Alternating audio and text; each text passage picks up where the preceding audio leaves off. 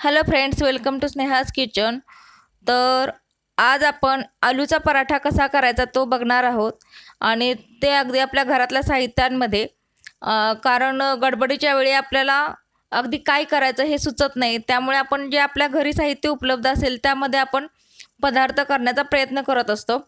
तर आता मी आलूचा पराठा करायला घेतलेला आहे, तर त्यासाठी मी 3 मध्यम आकाराचे बटाटे उकडून घेतलेले आहेत। त्यामध्ये लाल तिखट, मीठ आणि थोडंसं आलं लसूण पेस्ट घातलेली आहे आणि थोडंसं किसलेलं बीट, जेणेकरून आपल्या त्या पराठ्याला चांगली चव येईल आणि कलर पण खूप छान येईल आपल्या पराठ्याचा।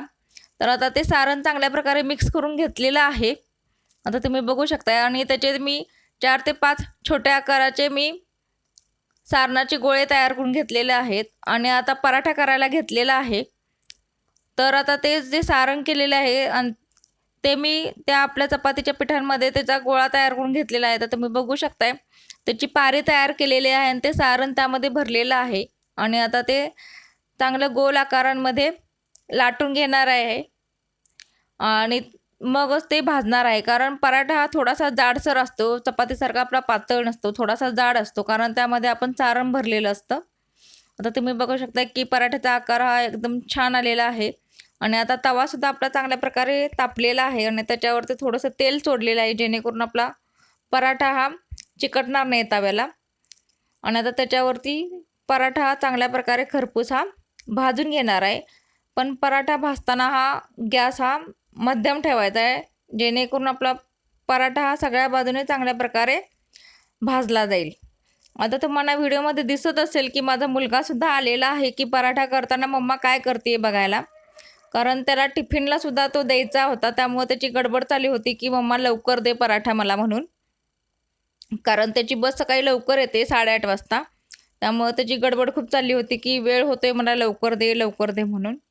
त्यामुळे तो सासूबाईंच्या पण मागे लागला होता की आई मम्माला सांग की लवकर द्यायला म्हणून। त्यामुळे त्या दोघांचं बोलणं चाललं होतं आणि मी इकडे पराठा भाजून घेत होते। आता तुम्ही बघू शकता की पराठा खूप छान प्रकारे भाजलेला आहे। आता असेच बाकीचे सुद्धा मी पराठे करून घेणार आहे। आता दुसरा सुद्धा पराठा करायला घेतलेला आहे आणि तो चांगल्या प्रकारे खरपूस भाजून घेणार आहे।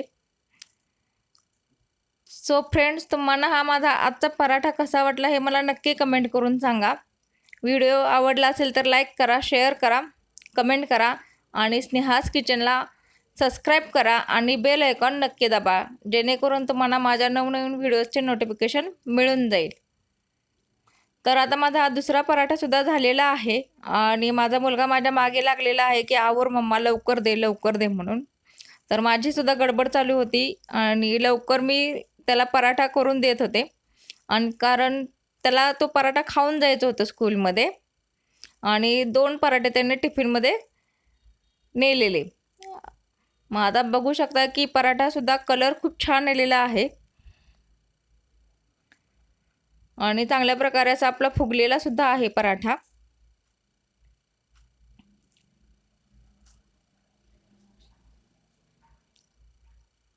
पराठा हा एक चांगला हेल्दी पदार्थ आहे, नाश्ता होऊ शकतो सकाळ सकाळी, कारण सकाळ सकाळी नाश्ता हा भरपेट आपला झाला पाहिजे, जेणेकरून आपली तब्येत किंवा आपण जे आपली ऊर्जा असते दिवसभराची ती आपल्या त्या सकाळच्या नाश्त्यावरती अवलंबून असते, त्यामुळे आपण नाश्ता हा भरपेट व्यवस्थित करायचा।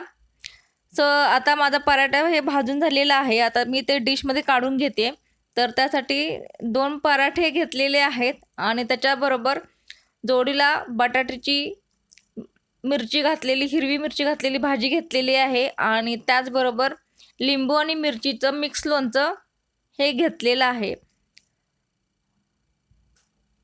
आता तुम्ही बघू शकता की पराठे आता मी ठेवलेले आहेत आणि आता भाजी बटाट्याची आणि लोणचं हे घेणार आहे। आता तुम्ही बघू शकता बटाट्याची भाजी पण खूप छान झालेली आहे आणि आपली अशा प्रकारे आजची डिश आणि ही आपली आजची रेसिपी ही तयार झालेली आहे। सो फ्रेंड्स, तुम्हाला माझा हा आजचा व्हिडिओ कसा वाटला हे मला नक्की कमेंट करून सांगा आणि हा आजचा व्हिडिओ आवडला असेल तर शेअर करा, लाईक करा आणि स्नेहाज किचनला सबस्क्राईब करा। सो आपण पुन्हा भेटू आपल्या नवीन व्हिडिओमध्ये नवीन रेसिपीसह।